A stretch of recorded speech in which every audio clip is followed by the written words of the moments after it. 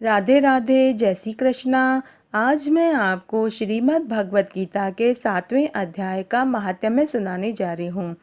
महात्म्य सुनने से पहले अगर अभी तक आपने मेरे चैनल को सब्सक्राइब नहीं किया है तो कृपया मेरे चैनल को सब्सक्राइब करें, साथ में बेल जरूर प्रेस करें ताकि मेरे आगे आने वाले वीडियो की नोटिफिकेशन आपको सबसे पहले मिले।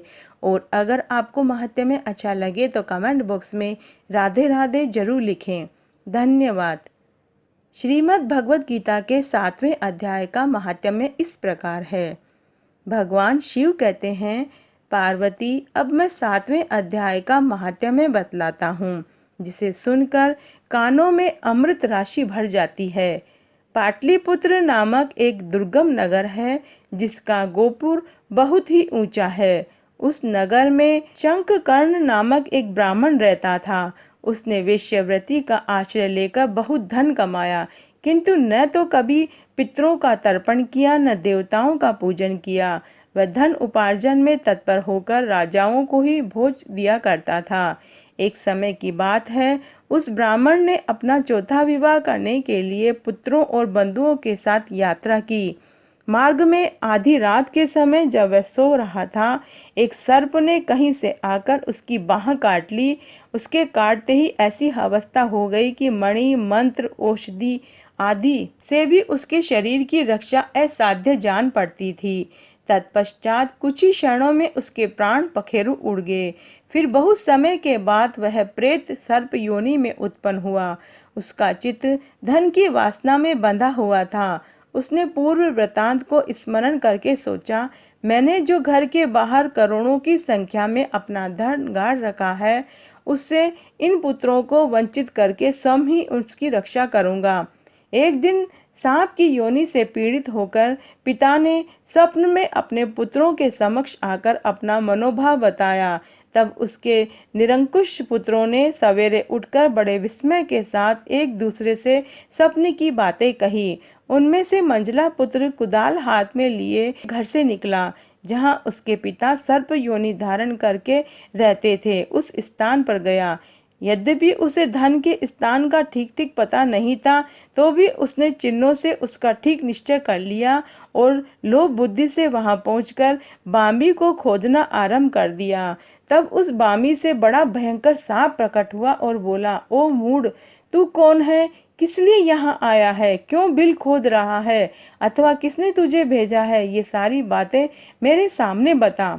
पुत्र बोला, मैं आपका पुत्र हूँ, मेरा नाम शिव है। मैं रात्रि में दिखे हुए स्वप्न से विस्मित होकर यहाँ का सुवर्ण लेने के कौतूहल से आया हूँ।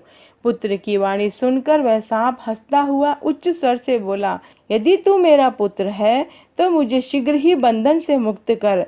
मैं पूर्व जन्म के गाड़े हुए धन के लिए ही सर्प योनि में पैदा हुआ हूँ। पुत्र ने कहा, पिताजी, आपकी मुक्ति कैसे होगी, इसका उपाय मुझे बताइए, क्योंकि मैं इस रात में सब लोगों को छोड़कर आपके पास आया हूँ। पिता ने कहा, बेटा, गीता के अमृत में 7वें अध्याय को छोड़कर मुझे मुक्त करने में तीर्थ, दान, तप, यज्ञ की भी सर्वदा समर्थ नहीं है। केवल गीता का 7वां अध्याय ही प्राणियों के जरा, मृत्यु आदि दुख को दूर करने वाला है। इसलिए हे पुत्र, मेरे श्राद्ध के दिन 7वें अध्याय का पाठ करने वाले ब्राह्मण को श्रद्धा पूर्वक भोजन कराओ।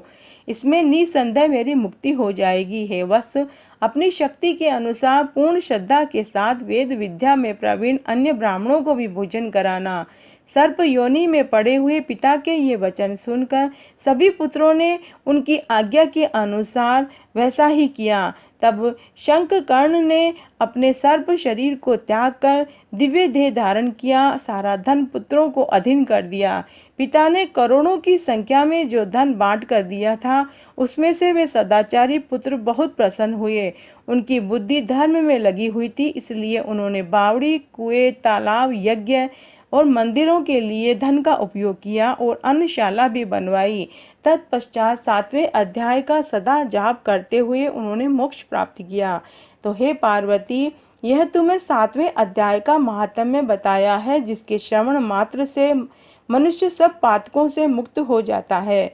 तो आज मैंने आपको श्रीमद् भगवद गीता के 7वें अध्याय का महात्म्य सुनाया। अगर आपको ये पसंद आता है तो अपने दोस्तों और रिश्तेदारों में ज़्यादा से ज़्यादा शेयर करके पुण्य कमाएं। धन्यवाद।